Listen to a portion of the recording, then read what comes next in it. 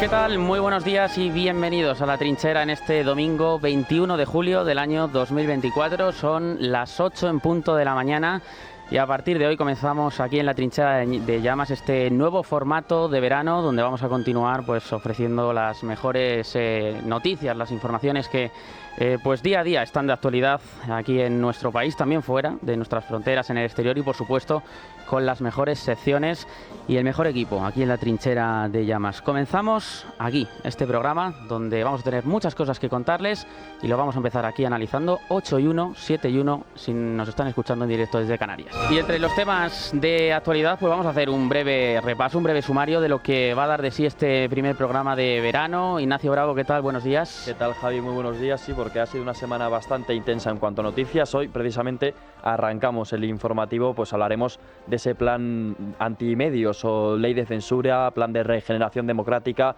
plan Begoña, ya se ha llamado de muchas formas, con esa comparecencia de Pedro Sánchez en el Congreso el pasado miércoles 17 de julio. Así que detallaremos esas reformas que trata de hacer Pedro Sánchez a lo largo del informativo, aunque hay que decir que tampoco ha concretado nada, por lo que habrá que esperar todavía a ver cuál es el siguiente paso de Pedro Sánchez respecto a este plan de regeneración democrática, entre lo que incluye, pues por ejemplo, la financiación de los medios, repartir un reparto de 100 millones que ya explicaremos más adelante. Y bueno, fue una comparecencia además que dio para bastante porque supuestamente habla de esta ley antibulos y él mismo lanzó algún bulo durante esta declaración que también analizaremos. Además, lo vamos a hacer de la mano de Xavier García Albiol, que es el alcalde de Badalona, uno de los distritos, ciudades que podríamos decir que están más atacados por uno de los bulos que soltó Pedro Sánchez, que es el de la ocupación. Así que contaremos también con su testimonio para que nos cuente qué pasa realmente en esta región de Cataluña. Hablaremos también precisamente de esta comunidad, hablaremos de Cataluña porque tenemos como límite el plazo, el 25 de agosto, para que se forme nuevo gobierno en Cataluña, para investir a un nuevo presidente de la Generalidad, y si no se consigue llegar a ningún acuerdo, esas negociaciones siguen su curso, pues estarían abocados a una repetición electoral en el mes de octubre. Así que bueno, también vamos a hablar del tema catalán. Por cierto, también hablaremos del CIS de Tezanos, de las encuestas, porque ha salido esta semana, hemos conocido también una nueva encuesta, un nuevo sondeo del CIS que pronostica pues la victoria de Salvador Illa, y cómo sigue ahí el pulso entre el Partido Socialista y Esquerra, esas amenazas de Esquerra, las exigencias de Esquerra.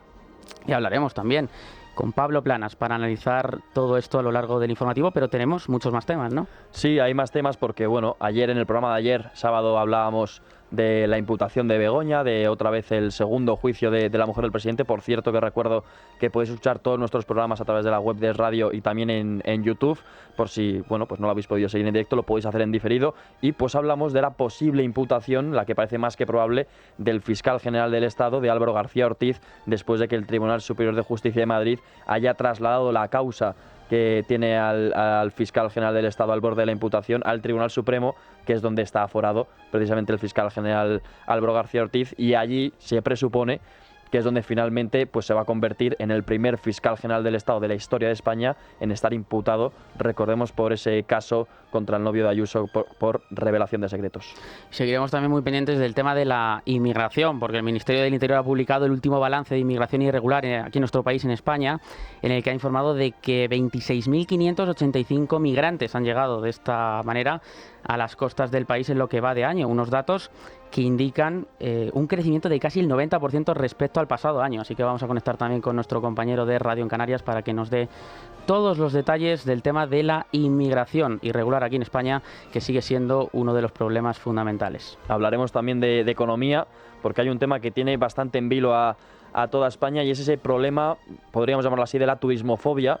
Estamos viendo sobre todo en Cataluña muchas manifestaciones contra el turismo. De hecho, la semana pasada lo hablábamos, ¿no? Gente incluso con pistolas de agua precintando hoteles para molestar a los turistas, evitar que vengan, y eso pues tiene sus consecuencias, y las primeras las estamos viendo esta semana cuando los cruceros ya están evitando nuestro país para el turismo. Evitan ya esta vía y evitan ir a Cataluña porque, claro, el recibimiento para los turistas no está siendo muy agradable, y eso hace pues que el turismo caiga. Mientras tanto, pues la hostelería, hoteles, gente que vive del turismo, se queja de esto porque al final les están quitando el trabajo. Hay que recordar que el turismo es el 14% de nuestro PIB. O sea que al final está ahí esa lucha entre los que no quieren turismos y los que necesitan turismo para continuar con su labor, con su trabajo y con su vida.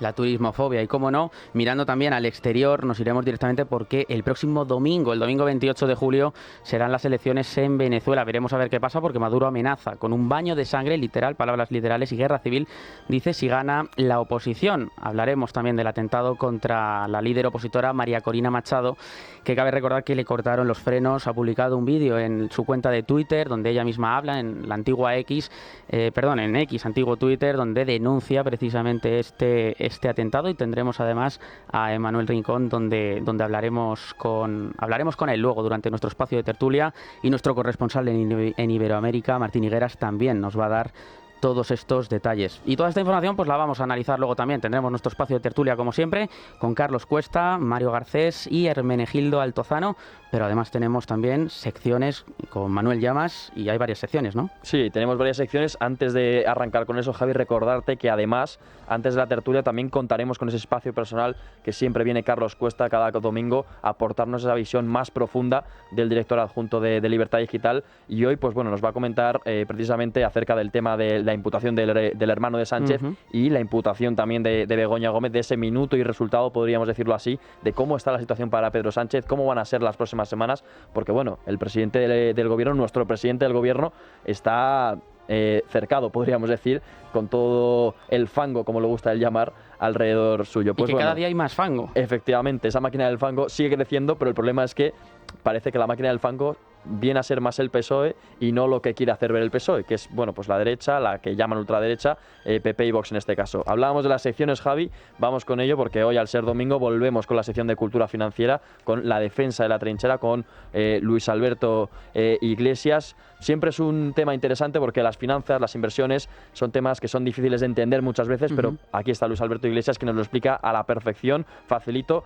y como podríamos decir, hablando mal y pronto, es un poco economía para tontos, ¿no? Así es como lo identifico yo, y a mí personalmente me ayuda bastante a entender más sobre inversiones, economía y dinero, que es un tema que si no lo conoces del todo bien es complicado de entender. Pero está muy bien porque lo explica muy fácil, para nuestros oyentes, que eso es lo importante. Y también tendremos la sección con Sandra León de A Contracorriente, donde hoy habla del libro de Nagore de Arquer, que es el libro Mamá, soy trans. Hablamos de los niños, ¿no? de las personas más jóvenes que bueno, deciden esta corriente de ser trans. Sí. Y entonces, pues bueno, Noelia de Arquer, que ha vivido esta situación de primera mano, relata en su libro un poco las pautas para familiares de cómo apoyar a sus hijos, de cómo se debe lidiar con esta situación, y creo que es bastante interesante porque es una corriente pues que ahora mismo la verdad que está creciendo bastante. Bueno, pues todos estos son los temas que tenemos sobre la mesa, que vamos a ir analizando, y además, por supuesto, con lo más importante, que son los oyentes. Adrián Pajares, ¿qué tal? Buenos días. ¿Qué tal, Javier? Muy buenos días. Pues sí, hoy preguntábamos en nuestra cuenta de Twitter, @trincherallamas, qué pretende Pedro Sánchez con la Ley de Regeneración Democrática y este ataque a los medios de comunicación. Como siempre dábamos tres alternativas, pues lo hace para tapar los escándalos de Begoña, para censurar los medios, o porque realmente busca la igualdad entre todos los medios de comunicación. Como siempre, podéis enviar vuestras notas de audio, vuestros comentarios, dejarnos desde donde nos estáis escuchando al 689 33 74 44, 689 33 74 44, y también podéis escuchar todas las canciones del programa en nuestra lista de Spotify. Eso es, pues como empezamos este nuevo apartado de verano, pues también queremos que, aparte de contestar a la pregunta, pues si queréis decirnos vuestra localidad, de dónde sois, de dónde nos estáis escuchando, pues a nosotros también nos hace ilusión saber desde dónde estáis escuchando este programa de los sábados y los domingos, La Trinchera de Llamas. Bueno, son las 8:09, las 7:09, si nos escucháis desde las Islas Canarias, no os mováis, unos pequeños consejos y arrancamos aquí en La Trinchera de Llamas. 12 minutos pasan de las 8 en punto de la mañana. Vamos a comenzar con el Plan Begoña que defendió este miércoles el presidente del gobierno, Pedro Sánchez, en el Congreso de los Diputados.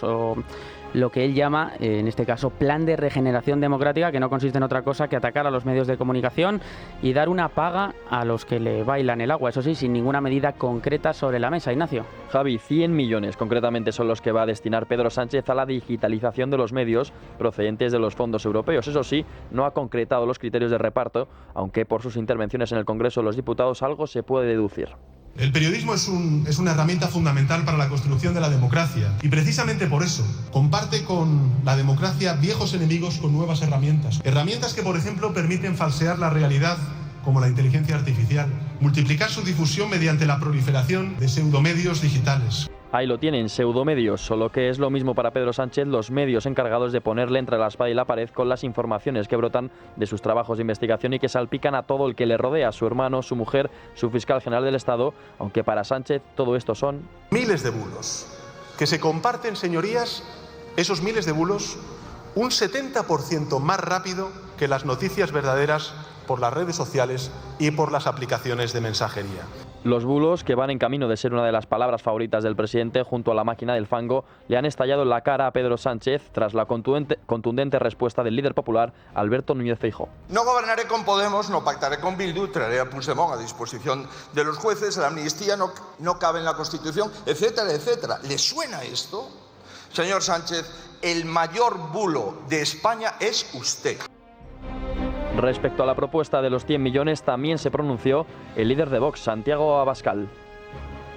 Dice Sánchez que hay que asegurar que no haya partidos políticos que compren líneas editoriales de medios de comunicación. Y acto seguido anuncia 100 millones de euros para los medios de comunicación, para digitalizar medios de comunicación. Le voy a dar una noticia, los medios de comunicación están digitalizados hace mucho tiempo. ¿En qué año vive usted, señor Sánchez? Lo único que quiere usted es comprar líneas editoriales de medios de comunicación. Otro de los aspectos que plantea incluir Pedro Sánchez en su nueva idea de control se basa en establecer nuevos estándares de transparencia para, dice, que los ciudadanos conozcan las fuentes de financiación de los medios, el nombre de sus accionistas y sus cifras de audiencia, además de limitar los financiadores, ya que considera el presidente que ningún medio tiene más financiadores que lectores. Fortalecer la transparencia, la pluralidad y la responsabilidad de nuestro sistema, o ecosistema, mejor dicho, informativos.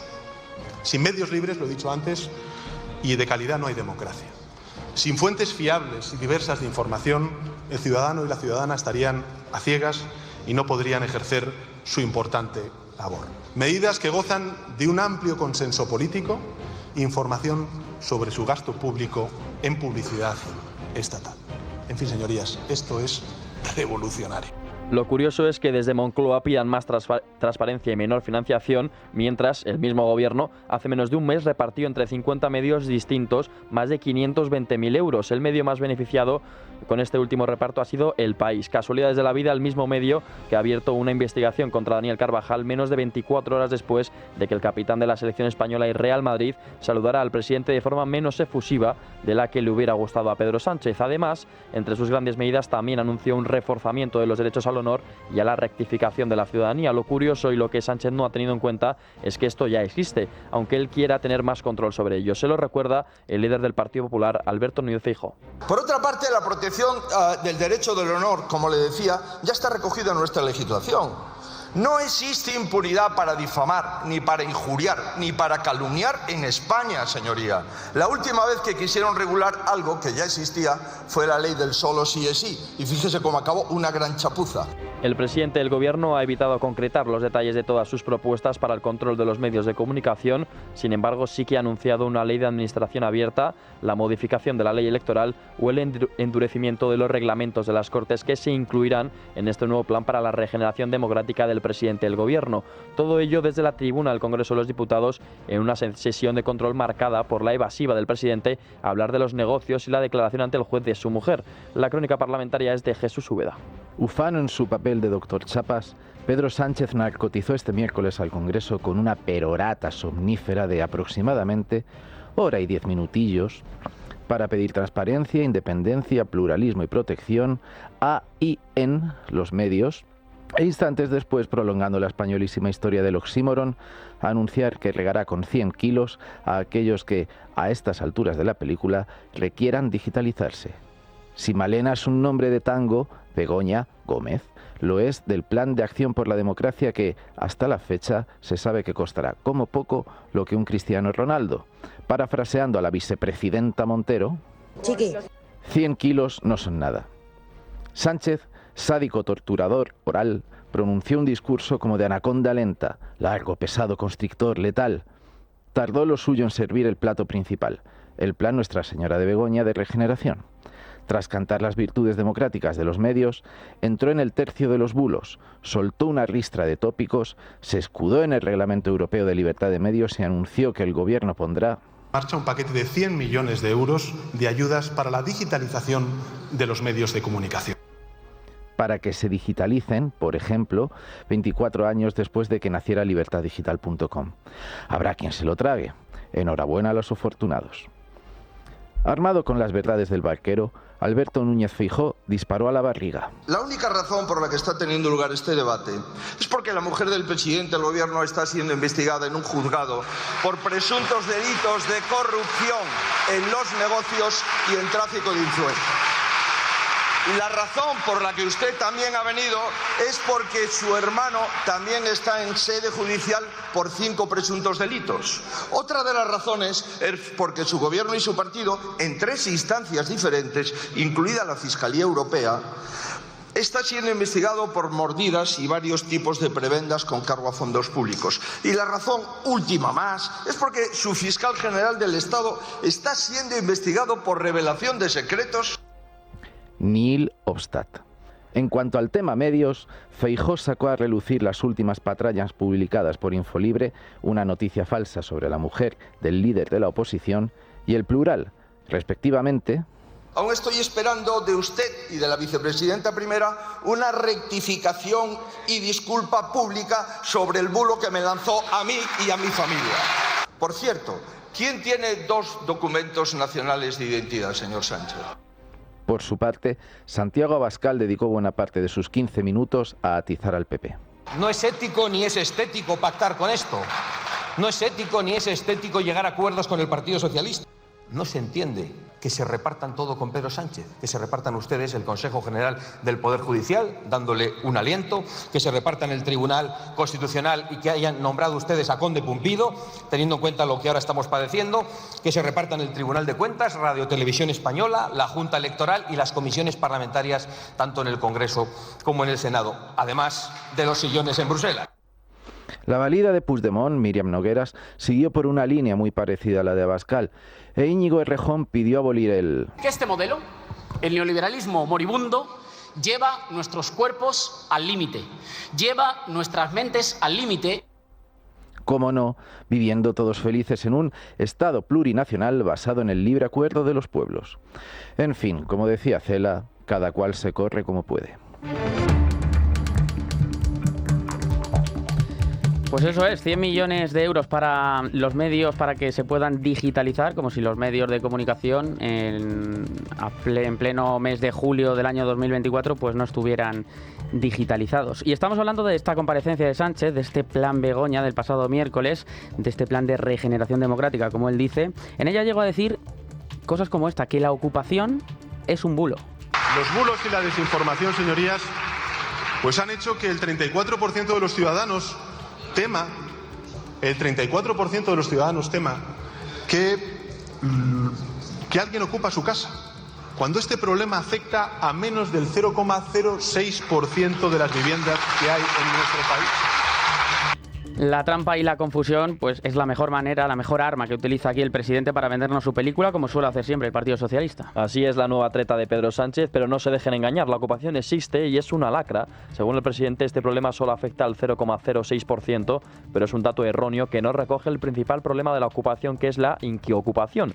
Este tipo de delito no va por la vía penal, sino por la vía civil, al considerarse un incumplimiento de contrato, y esto supone que estos datos no estén reflejados confiamos en esos datos que maneja Pedro Sánchez.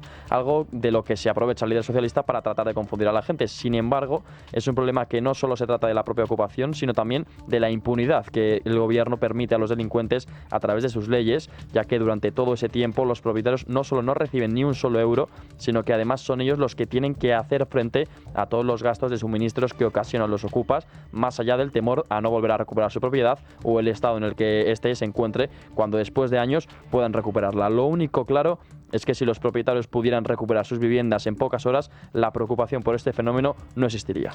Bueno, esta semana precisamente hemos hablado con Xavier García Albiol, alcalde de Badalona, una de las zonas más afectadas por el problema de la ocupación, que ha respondido así a las declaraciones de Pedro Sánchez que hizo en la tribuna del Congreso. La intervención de Pedro Sánchez esta semana en el Congreso diciendo que el problema de la ocupación ilegal es insignificante y que afecta a muy poca población me parece que es una provocación. Es una provocación y un insulto a esos miles y miles de hombres y mujeres de España y especialmente de Cataluña, que es donde tenemos el 50% de las ocupaciones de toda España, que sufren el problema. Intentar minimizar, intentar esconder la cabeza sobre esta problemática real, lo que hace es intentar convertir el problema en invisible, en transparente, y un problema tan grave como este, que solo ocurre en España debido a que las leyes en nuestro país son leyes que protegen a los ocupas y dejan desamparados a los propietarios, a los vecinos que sufren las consecuencias de la ocupación, como digo, pues no se afrontan escondiendo la cabeza debajo del ala, sino afrontándolos y llevando a cabo las reformas legales necesarias, porque lo que está ocurriendo en España es totalmente inadmisible y no tiene, no tiene nada parecido ni nada similar en ningún país de Europa. Por tanto, a mí me parece una auténtica provocación y una falta de sensibilidad y respeto a los miles y miles de ciudadanos que están sufriendo las consecuencias de una manera u otra de la ocupación ilegal.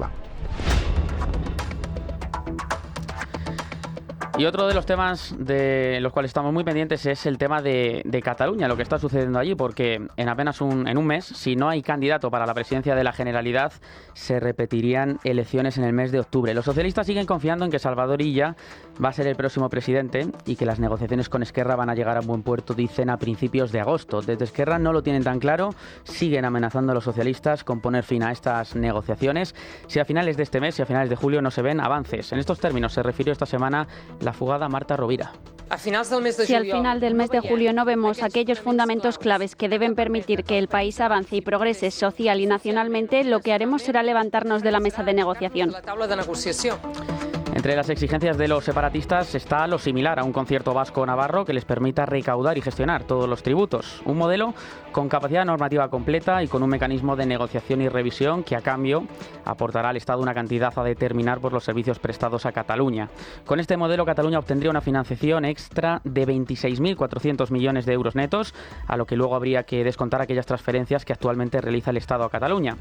Mientras tanto, el prófugo Carles Puigdemont quiere jugar su última baza, que es amenazar a Esquerra con presentarse aquí en España y romper las negociaciones entre este partido y los socialistas, evitando así un gobierno tripartito con los comunes. Eso sí, sabe que puede ser detenido. El objetivo del fugado es boicotear por todos los medios posibles la investidura de Salvador Illa y a la vez poner contra las cuerdas a Esquerra con un órdago destinado a hacer saltar por los aires el precario equilibrio del Partido Republicano.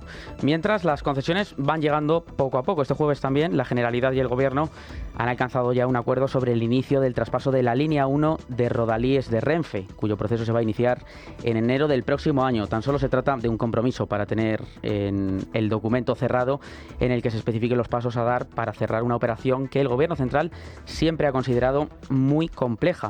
Pero es todo un gesto ante la actual negociación de cara a la investidura de Illa.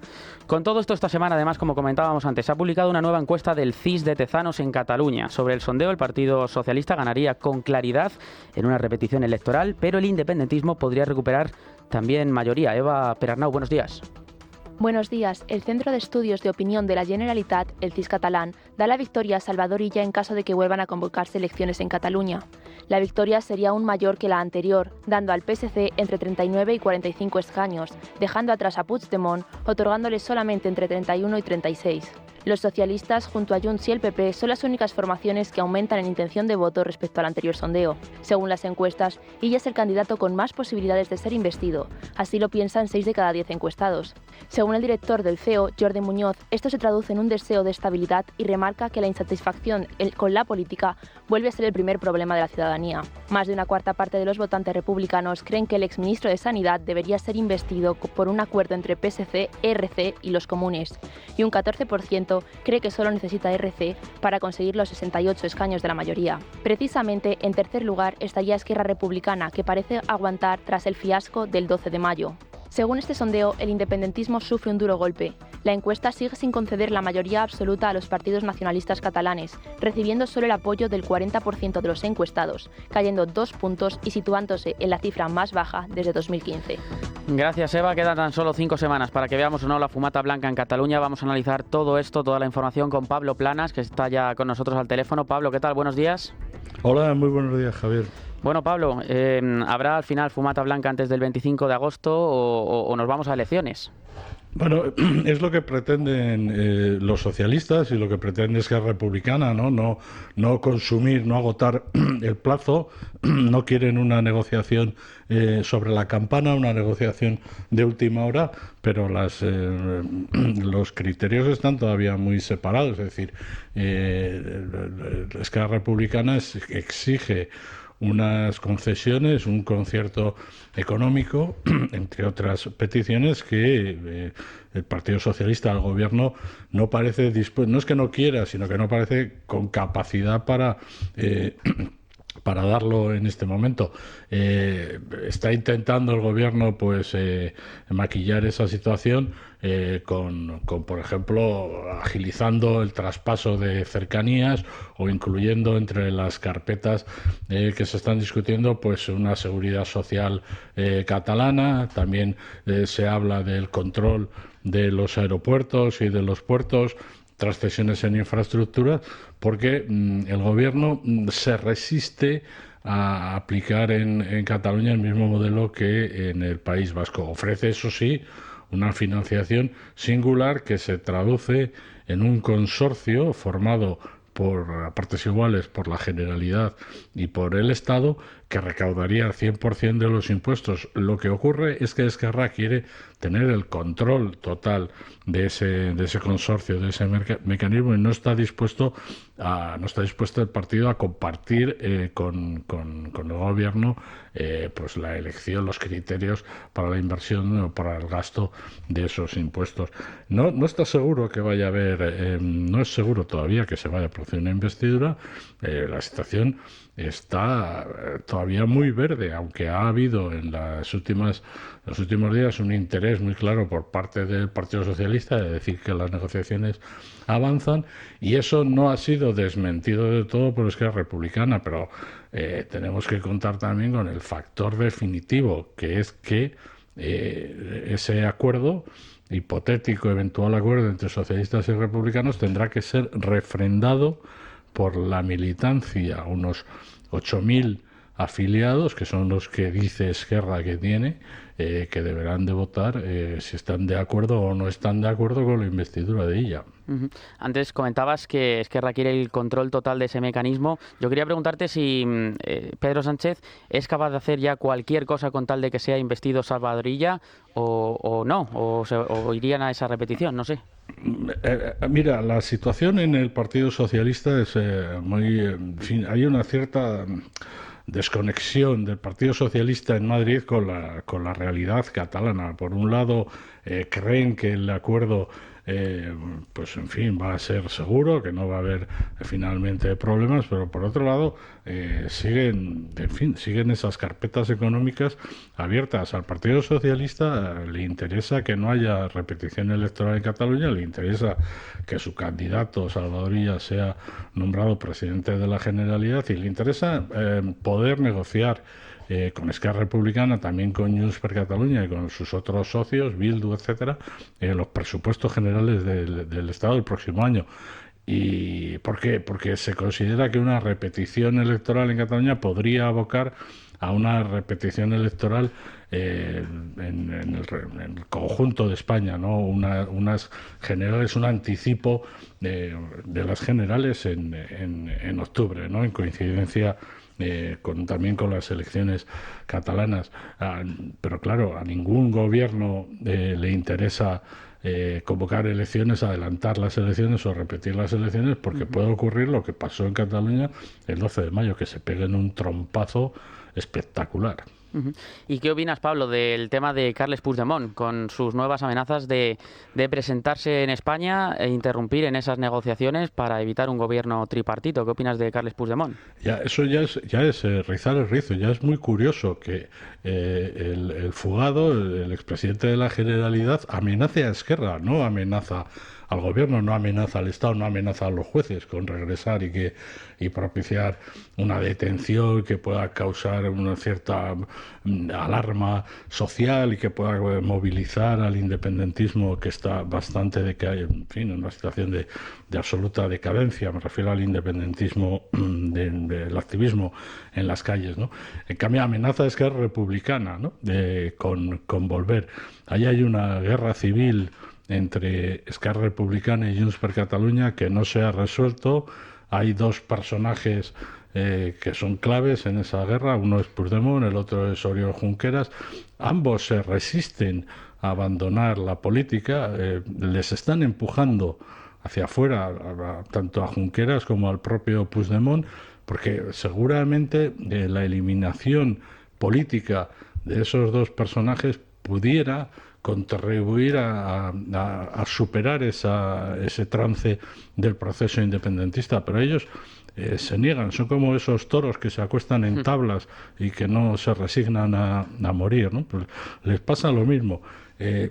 Vamos a ver, yo no creo que Puigdemont se atreva o se arriesgue a volver a España con una orden de detención pendiente, aunque fuera una orden de detención para conducirlo ante un juez que declare que y se le conceda una libertad provisional, ¿no? No creo que se atreva a hacer eso. Pues Pablo Planas, muchísimas gracias por haber estado con nosotros esta mañana y seguiremos también muy pendientes todo este tema de Cataluña. Gracias. Gracias a vosotros.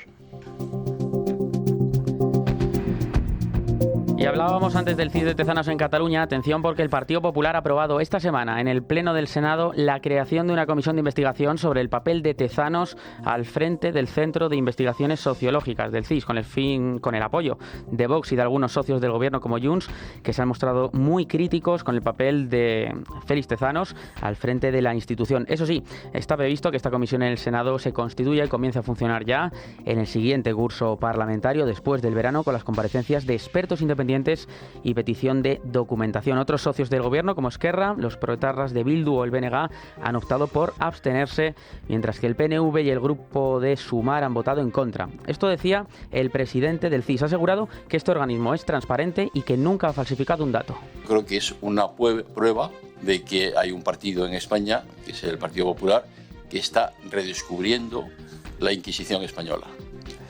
No es una broma. Es decir, están utilizando procedimientos políticos y procedimientos organizativos que responden al esquema de la Inquisición, en que se crea una comisión, la Inquisición creaban comisiones y hacía una inquisición, una investigación. ¿Sobre qué? No se sabía. Había que averiguarlo en el curso de la Inquisición, del acto de inquirir.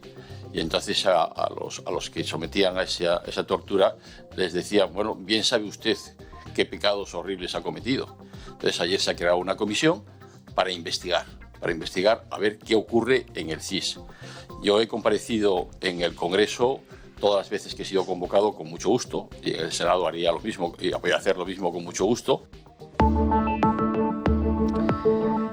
Y vamos con más asuntos, porque la imputación de Begoña Gómez y del hermano de Pedro Sánchez posiblemente pronto sea también la del fiscal general del Estado, Álvaro García Ortiz, en este caso por el caso del novio de Ayuso, Ignacio. Eso es, una imputación que cada vez se acerca más. La decisión recae ahora sobre el Tribunal Supremo después de que esta semana el Tribunal Superior de Justicia de Madrid haya solicitado a este organismo la imputación de García Ortiz por un delito de revelación de secretos contra la pareja de Isabel Díaz Ayuso. Adrián Pajares, buenos días. Buenos días. El demoledor Auto señala que dicha filtración por parte de la Fiscalía Fiscalía perjudicó el derecho de defensa no solo del particular Alberto González Amador, sino también en general. Álvaro García Ortiz se convierte en el primer fiscal general del Estado sobre el que un juez pide formalmente su imputación en el Tribunal Supremo. Nunca antes ninguno de sus antecesores se había visto en una situación así, siendo el máximo responsable del Ministerio Público, organismo que debe velar por el cumplimiento de la legalidad. Y es que el pasado 14 de marzo García Ortiz dio la orden de difundir a través de una nota de prensa datos que afectaban al derecho de defensa del empresario Alberto González Amador, e en concreto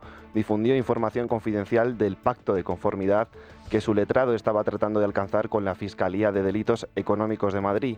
Y también esta semana hemos conocido que la Asociación de Fiscales pide la dimisión de García Ortiz, ya que consideran que su continuidad es insostenible y aseguran que es el momento de una regeneración en la institución y que la Fiscalía debe ponerse en manos de quienes actúen en defensa de la legalidad y del interés público protegido por la ley.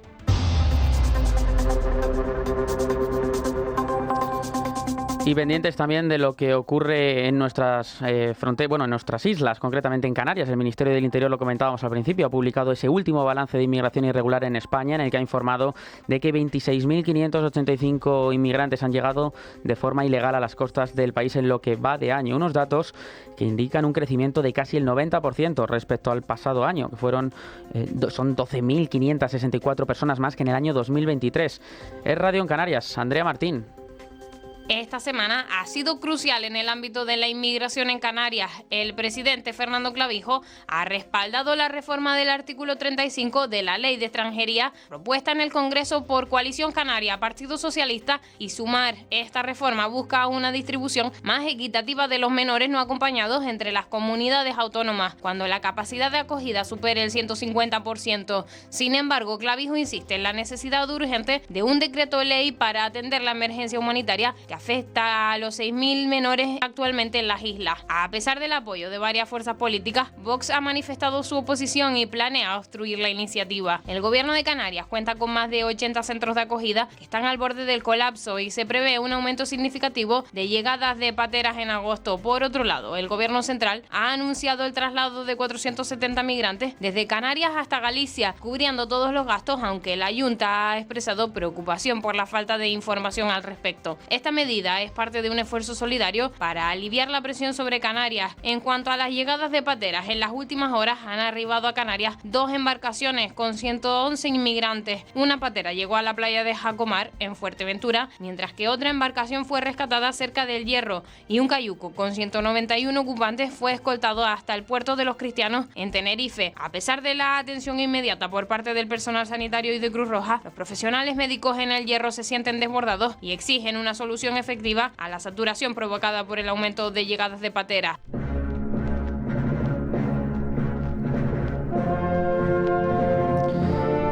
Y en clave económica, la turismofobia se sigue extendiendo. Frente a los ataques de turistas en Barcelona, ahora los cruceros del mar Mediterráneo están buscando alternativas a sus rutas para no desembarcar en zonas en las que los turistas no sean bienvenidos. La Asociación Internacional de Líneas de Cruceros ha defendido la decisión, alegando que no hay que subestimar que hay un impacto directo de los disturbios o algunas manifestaciones, pero sobre todo las que son violentas. Menos cruceros significa menos turistas, y aunque es lo que los vecinos manifestantes de la ciudad condal desean, los sectores que dependen de ellos condenan las acciones de los últimos días.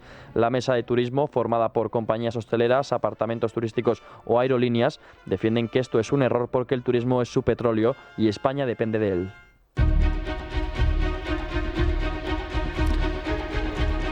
Fuera de nuestras fronteras se acercan las elecciones en Venezuela. Serán el próximo domingo 28 de julio. Los primeros sondeos de intención de voto de la ciudadanía deja a Maduro en la estocada, recibiendo el apoyo de menos de la mitad de los venezolanos. Corresponsal en Iberoamérica, Martín Higueras, buenos días. Buenos días. Cuando falta exactamente una semana para las elecciones presidenciales en Venezuela, lo cierto es que el chavismo parece más nervioso que nunca ante el arrastre que ha demostrado el candidato de la oposición, Edmundo González Urrutia, en varias localidades de todo el país. En ese sentido, no han sido raras las escenas de multitudinarios multitudinarios mítines del candidato opositor acompañado por María Corina Machado, la líder natural de esta oposición, pero que fue inhabilitada por la justicia chavista. Sin embargo, esto no ha bajado el entusiasmo de gran parte de Venezuela, que busca un cambio el próximo 28 de julio. De hecho, diferentes empresas encuestadoras de las más serias del país han mostrado sus últimas encuestas en las que dan una amplia ventaja a González Urrutia. Estos datos sin duda han preocupado al dictador Nicolás Maduro y a toda la maquinaria chavista, que ha retomado sus viejas estrategias del miedo y ataques contra diferentes objetivos de la oposición. Hace varias semanas que la policía chavista ha seguido acosando a los colaboradores de la oposición, deteniéndolos sin ningún tipo de justificación, al mismo estilo castrista en Cuba. Hace unos días Maduro encabezó un mitin en Caracas y mostró nuevamente su lado más violento, amenazando a todos los que no voten por su régimen. El 28 de julio, si no quieren que Venezuela caiga en un baño de sangre, en una guerra civil fratricida, producto de los fascistas, garanticemos el más grande éxito, la más grande victoria de la historia electoral de nuestro pueblo. Maduro también se dirigió a la oposición, calificando, como siempre ha hecho, una nueva muestra de su nerviosismo ante una situación muy delicada para su régimen, que podría perder el poder el próximo domingo. Que este pueblo sepa que al frente está el fascismo. Guarimba o paz, guerra o tranquilidad, colonia o patria, odio o amor, intolerancia o entendimiento. Estamos claros, ¿verdad?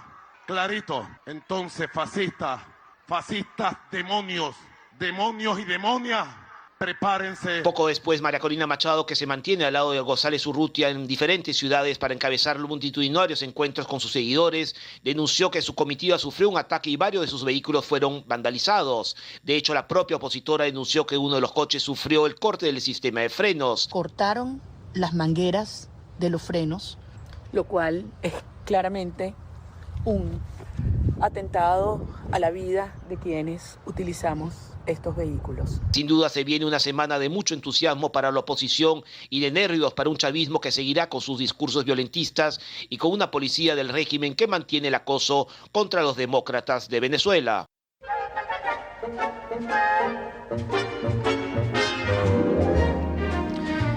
Y en la agenda cultural de la semana nos vamos hoy concretamente hasta la Gran Vía de Madrid, porque en el Teatro Rialto el musical de Mamma Mía está celebrando los 500.000 espectadores, y para todos los visitantes que vayan, además, antes del 31 de julio, tienen premio. La historia más divertida y entrañable de los musicales de todos los tiempos ha vuelto a conquistar el corazón de los espectadores, que cada noche vuelven a cantar y a bailar superhits como Dancing Queen. Sí, noche tras noche el Teatro Rialto de Madrid se llena para revivir los grandes éxitos de ABBA y celebrar que han llegado al 500.000 de espectadores. Todos los que compren su entrada antes del 31 de julio participarán además en un sorteo de una cabina doble en un crucero Celebrity por las islas griegas. La historia de Mamma Mía es la de Donna, una madre soltera independiente que regenta un pequeño hotel en una idílica isla griega. Ha criado sola a su hija Sophie, que va a casarse próximamente. Sin que nadie se entere, Sophie lee el diario de su madre y se tropieza con 3 amantes, 3 posibles padres. ¿Y quién será su padre real? Pues bueno, para eso hay que ir al teatro a ver esta divertida función. Así nos lo cuenta Verónica Ronda, protagonista del musical A la trinchera de llamas. ¿Por qué hay que ir a ver Mamma Mía? Yo creo que si Mamma Mía lleva 25 años en cartel rodando por todo el mundo es porque es uno de los iconos del teatro musical. Creo que es una comedia perfecta en cuanto a que tiene todos los ingredientes que tienen que tener las buenas comedias. Una comedia de enredo con una muy buena dosis de humor, fresca, ágil, donde el espectador se va a encontrar un homenaje precioso a todos los tipos de amor, no solo al amor romántico, sino al amor materno-filial, al amor a la amistad. Es una oda preciosa a la juventud, donde también vemos que espectadores, desde los más pequeños hasta los más mayores, entran en conjunción con lo que están viendo en el escenario y no solo ríen, sino que salen enormemente emocionados de ese teatro Rialto. Creo que además es la fórmula perfecta porque vamos acompañados de lo que fueron esos éxitos de ABBA y que nos sirven para contar ese hilo conductor de esta historia y y bueno, creo que el espectador que no salga de vacaciones este verano, pero que venga a ver la función, tanto como el que se vaya a ir de vacaciones, va a llevarse una muy buena dosis de energía, va a salir feliz de ese teatro y se va a dar un viaje por las islas griegas sin haberse movido de la Gran Vía madrileña. Vuelve a suceder. Cabe recordar además que el musical cuenta con un elenco de 27 artistas y que la orquesta, voces y coros se interpretan en riguroso directo, Javi. Bueno, pues todos a ver, ahí está muy bien, Mamma Mía, este verano, que además es un plan fresco, un plan veraniego, ir al teatro y apoyar la cultura, que apoyamos la cultura, no como nuestro gobierno que nos quita el Premio Nacional de Tauromaquia, por ejemplo, entre otras cosas. Bueno, y vamos a disfrutar también de la comedia El Teatro Amaya, donde podemos ver la 4ª temporada de La Función que sale mal, ¿no, Ignacio? Tenemos otra obra de teatro interesante, ¿no? Sí, ganador del Premio Olivier 2015 a la mejor comedia. Este espectáculo nos presenta a un grupo de teatro amateur en el estreno de su obra de misterio, en el que, como el título hace temer, todo lo que puede salir mal, sale mal. Extrañamente propensos a los accidentes, los actores luchan contra las adversidades a lo largo de toda la representación, con unas consecuencias tan divertidas como irreparables. Se puede disfrutar además en el Teatro Amaya en Madrid.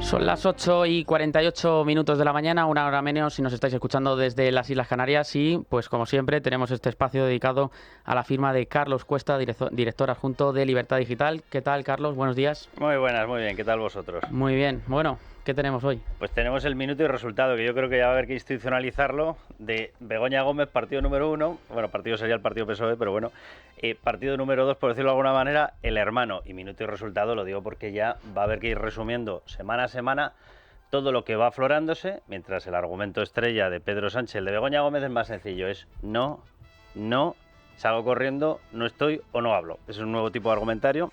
Es curioso, el del PSOE es fango, bulo, fachosfera, etcétera. Bien, pues vamos con la semana porque ha venido fina para los dos, es decir, buena para quienes combatimos la corrupción. Bien, la esposa de Sánchez, vamos a empezar, minuto y resultado. Lo que ha ocurrido esta semana. Prepárense que vienen curvas. Vamos allá. 1. El rector negociaba en Moncloa, admitido. Y además a llamada de una secretaria de Presidencia, admitido. ¿Y qué era lo que negociaban? Fabricarle la cátedra a Begoña Gómez, que no tiene ni titulación universitaria. 1. Bien. 2. Barrabés se citaba en Moncloa. Barrabés, el de los contratos que se dispararon por todas partes, de las cartas de recomendación. Admitido. ¿Cuántas veces? Hasta 8 veces. Y con Sánchez hasta 2 veces. ¿De qué hablaban? Para hablar de sus actividades y de innovación. Admitido. Innovación, quedémonos con esta palabra, porque la empresa que más ha multiplicado el dinero conseguido en concursos públicos casualmente se llama Innova Next. No sabemos si se referían a innovación o a Innova Acción, porque lo vamos a multiplicar la acción. Bien, por 141 veces se multiplicó el dinero conseguido en un solo año. Barrabés lo hizo en 2020. Bien, ¿qué ocurrió en 2020? Es justo julio de 2020, el año de las cartas de recomendación.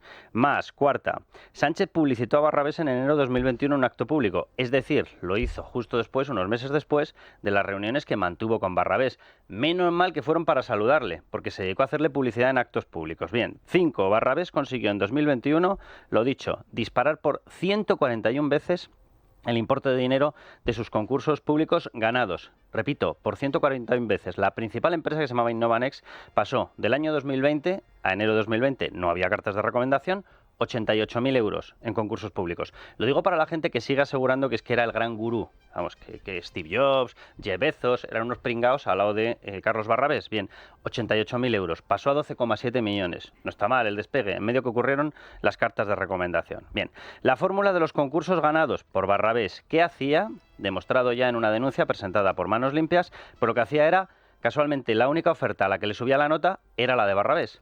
Del resto, casualmente, todas caía la nota. O sea, es un tipo de fórmula un tanto curiosa. No sé, debía tener algún tipo de manía todos los que no empezaran por B. Bien, admitido. Los informes de los concursos públicos, atención a esta, se referían a Barrabés en las notas negativas de todos los competidores. Bien, Pero es que la empresa de Barrabés fue analizada en la posición 18, en orden la 18. Yo simplemente pregunta que le traslado a Aramis Fuster. ¿Cómo se consiguen meter referencias a la que tiene que pasar en la posición 18 y se meten referencias en las 17 que han pasado antes?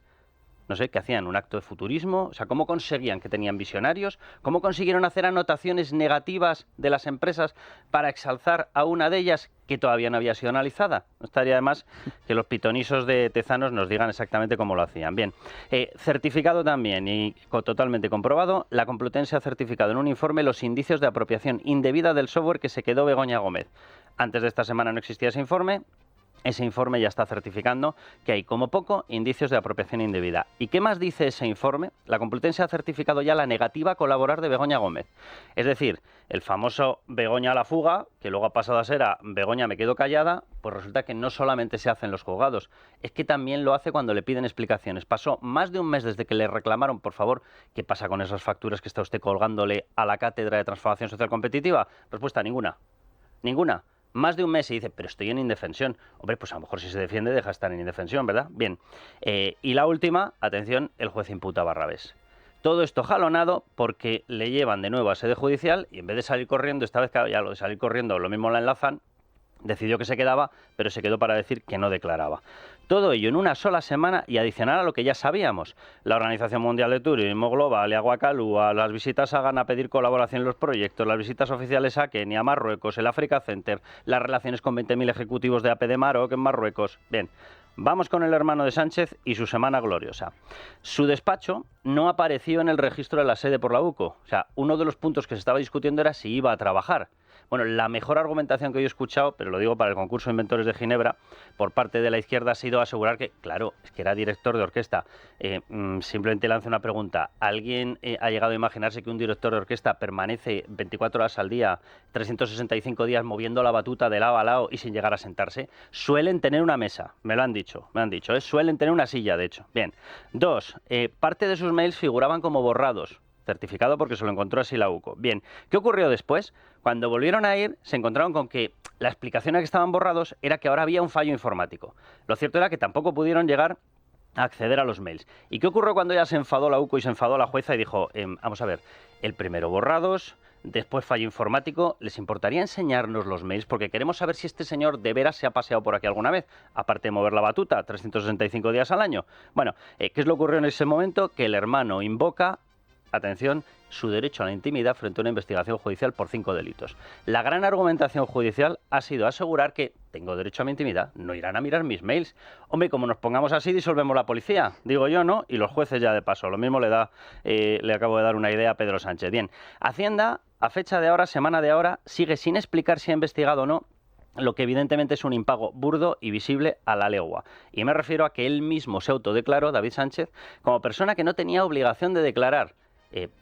Sus ingresos proceden de la Diputación de Badajoz. Badajoz es España, ley de IRPF. Si proceden de España en su integridad o de forma principal, usted tiene que declarar en España. ¿Ha dado explicaciones a Hacienda esta semana? No. Bien, la jueza ha pedido toda la información a Hacienda ya porque no cuadra, atención que esta es otra, el importe del patrimonio.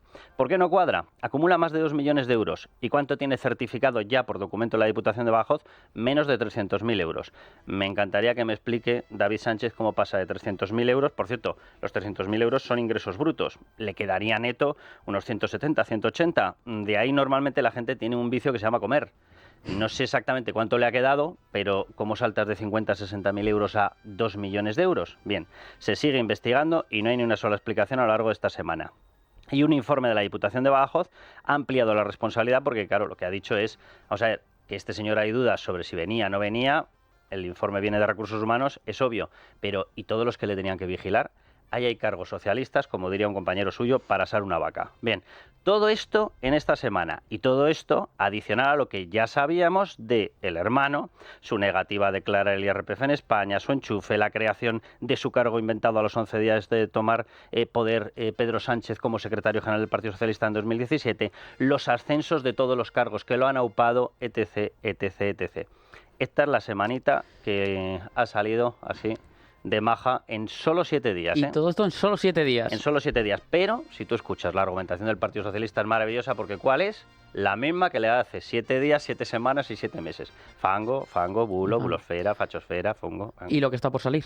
y lo que está por salir. O sea, vamos a ver, de momento las diligencias principales de estos casos, alguna está admitida, otras están presentadas, pero vamos, a nadie se le escapa que aquí cuando va a salir la información más delicada, desde luego para el Partido Socialista y por supuesto para Pedro Sánchez, es en el momento en el que se haga una búsqueda de las cuentas corrientes, una búsqueda de lo que no esté en cuentas corrientes, pero sea riqueza de los dos patrimonios y el volcado de los móviles. Que ahí pueden empezar, acabamos de pasar los Sanfermines, pues un poco al cierre. Ya veremos. Bueno, pues Carlos Cuesta, muchísimas gracias y nos vemos ahora en la tertulia. Nosotros son las 8:56 de la mañana, unos consejos y seguimos con la tertulia aquí en La Trinchera de Llamas. La Trinchera de Llamas es radio.